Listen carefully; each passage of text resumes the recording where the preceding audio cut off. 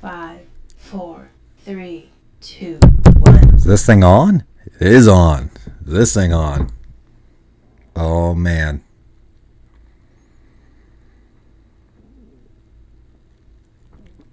Oh, it is on. You see that? It's kind of like a white grapefruity in color, and it's also a white grapefruity in flavor. What is it? We're drinking a Party in the Back by Bill's Brewing Company out of Wilmington, North Carolina this time. And it's only a 7%, and oddly it has no IBU, no international bitterness, whatever units rating. And I think that's because the grapefruit cuts it, and that's pretty gnarly. What are we doing, man? So, again, sidetracked. Should be editing the iShod video, but honestly, man, I filmed so much. I haven't been editing it. So I picked up this Toxic skateboard from Brand-X.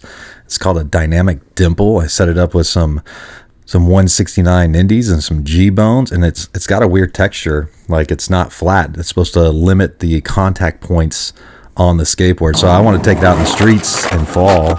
I want to take it out in the streets and see how it slid with less contact. So went to my little yellow curb spot, and this is just kind of the warm-up. You know, can I get some slappy nose? Because I just keep doing them. Like, I don't have them down, but I have them somewhat consistently, so they're fun to get, but still satisfying when I do get.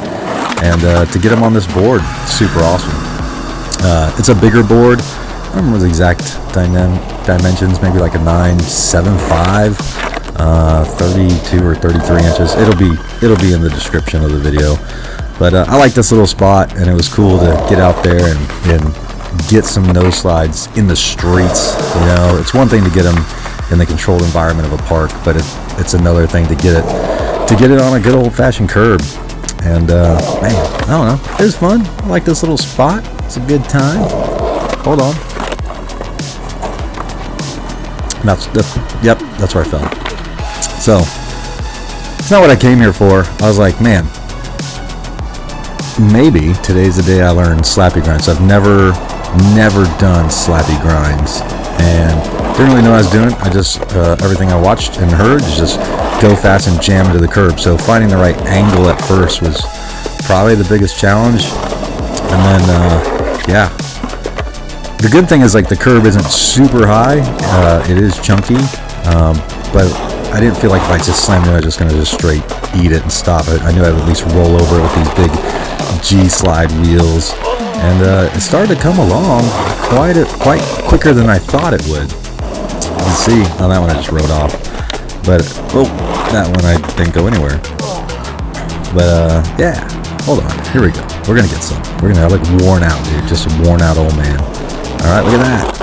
That was like the first successful one. That was awesome. So here's my little route in. I'm kind of whipping around a grate, and that's bringing me in. And I feel like it's giving me the right little angle to push against it. So it was a successful day. Then I went over to the park.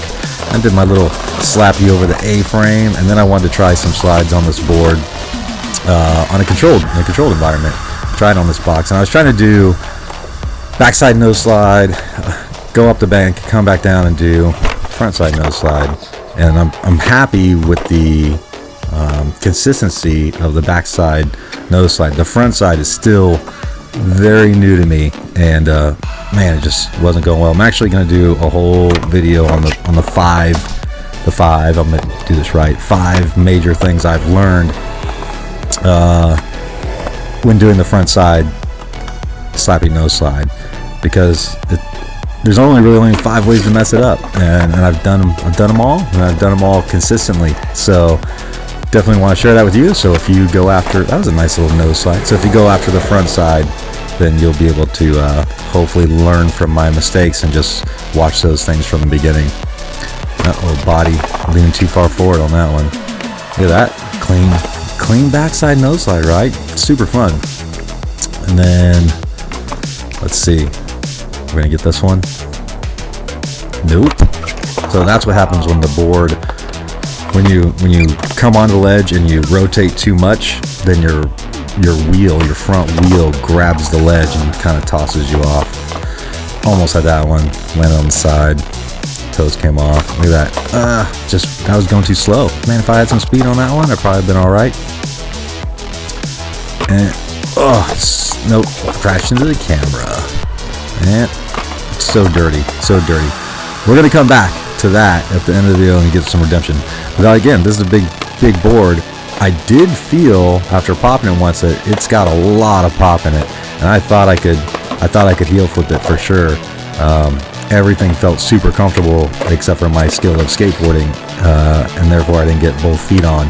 But the board's got pop. I mean, big wheels, big trucks, big board, and it's getting up there enough. I just wasn't getting up there enough to get both feet on it.